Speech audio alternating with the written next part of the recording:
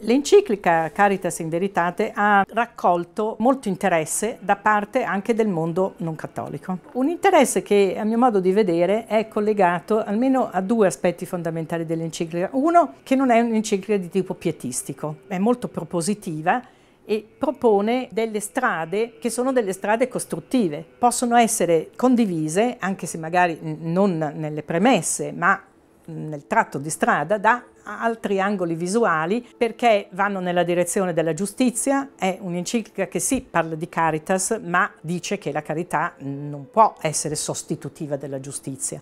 Allora, fortunatamente ancora nel mondo ci sono molti che, anche se non, purtroppo non in maggioranza, che credono nella giustizia, e l'enciclica sottolinea molto questo aspetto, appunto, che prima della carità bisogna amministrare la giustizia nel mondo. Poi sottolinea anche gli strumenti con cui questi obiettivi di giustizia e di carità si possono raggiungere, che sono strumenti imprenditoriali, e questo è un altro degli aspetti che vengono condivisi da un mondo non necessariamente cattolico, perché oggi l'imprenditorialità naturalmente ha uno spazio importante. Se il mondo ha fatto dei passi in avanti nella lotta contro la povertà, è tutto dovuto ovviamente all'imprenditorialità, ma un'imprenditorialità appunto che non può e non deve trattare una parte delle persone come mezzi per produzione di profitto, ma deve interpretare e far rendere al meglio i talenti di tutte le persone. Quindi questo è uno degli aspetti principali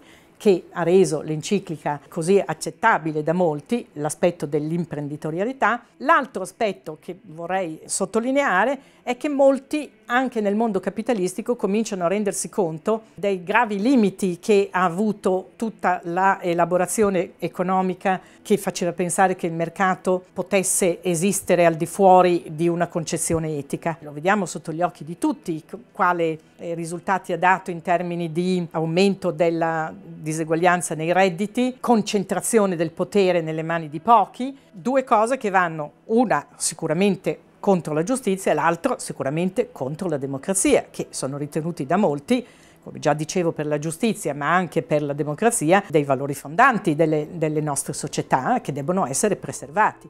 Ma come preservarli se non attraverso la rimessa in funzione di un'etica condivisa che impedisca appunto comportamenti che vanno contro a questi principi fondamentali? Perché bisogna capire che la società è fatta dagli uomini e può essere anche disfatta dagli uomini. E ci sono state in passato molte civiltà che sono completamente scomparse per errori umani pesanti, non per motivi naturali.